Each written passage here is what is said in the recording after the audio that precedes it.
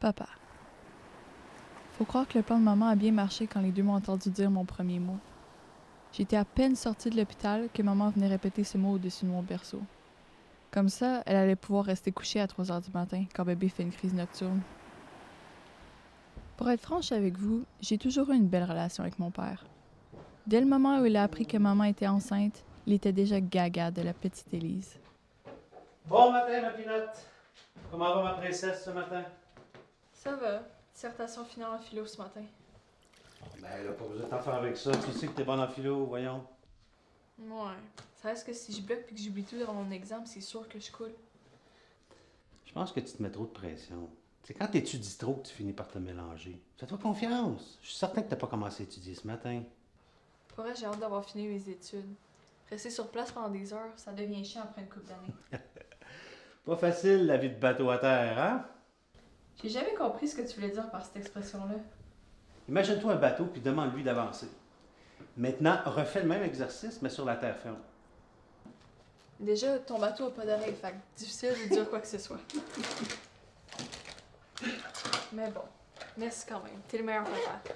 Ah, écoute, je fais mon possible. Hey, oublie pas, c'est l'anniversaire de ta sœur. On fait son souper de fête ce soir. Essaie de revenir le plus tôt possible du cégep. Fais pas des on sait quoi avec ton chum, là, cette fois-ci. Papa a toujours été là. C'est un de mes humains préférés. C'est un modèle pour moi. Quand j'étais plus jeune, je le voyais comme un super-héros. Fort, grand, gentil, intelligent. Maintenant, je le connais. Je sais qu'il est fort, mais c'est pas parce qu'il peut soulever le divan ou parce que j'ai toujours pas découvert son secret sur Mario Kart, mais parce que c'est surtout lui qui m'a montré à ne jamais cacher mes émotions.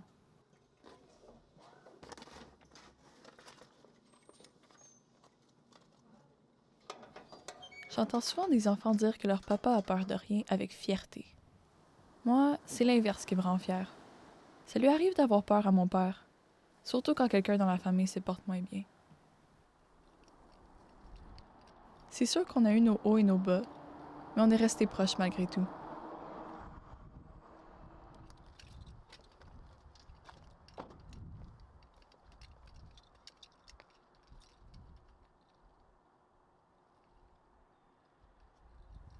Depuis quelque temps, papa commence à changer. Il continue de me prendre dans ses bras, mais c'est pas rare de le voir étendu sur le divan à ronfler.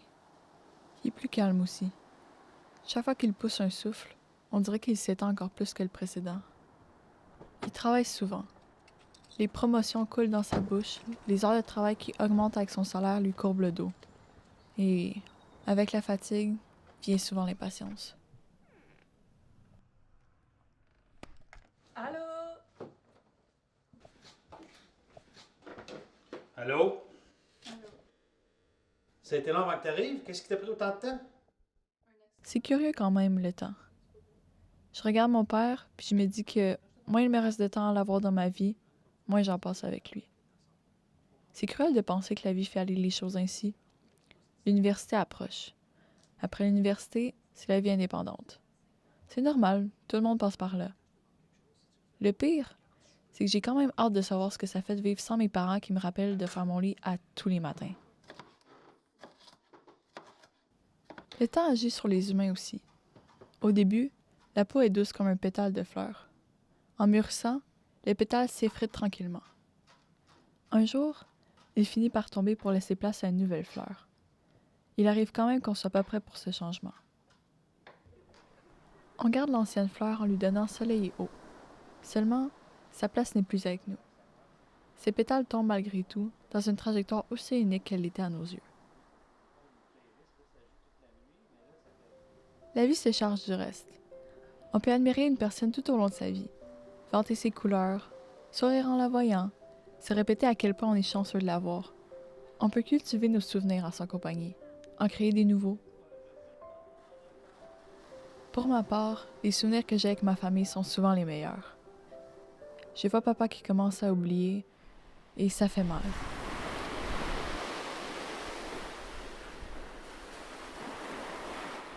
C'est seulement au moment où un souvenir s'envole que l'on réalise à quel point il est important. Je sais que ça sera pas long avant que le processus commence. Les souvenirs partent et moi, je reste. Oui, le temps m'éloigne tranquillement de papa. Oui, les souvenirs qu'on a ensemble s'éclipsent de son côté. C'est simplement un message que la vie m'envoie. À moi de créer des moments qui me suivront jusqu'au bout. Parce qu'en fait, personne n'est éternel. Il faut juste faire durer la mémoire de quelqu'un pour que sa vie soit véritablement complète. Une fois que le temps est écoulé, il faut laisser partir. Ne jamais forcer quelqu'un à vivre dans un environnement qui n'est plus le sien. Parce qu'après tout, c'est pas facile la vie de bateau à terre.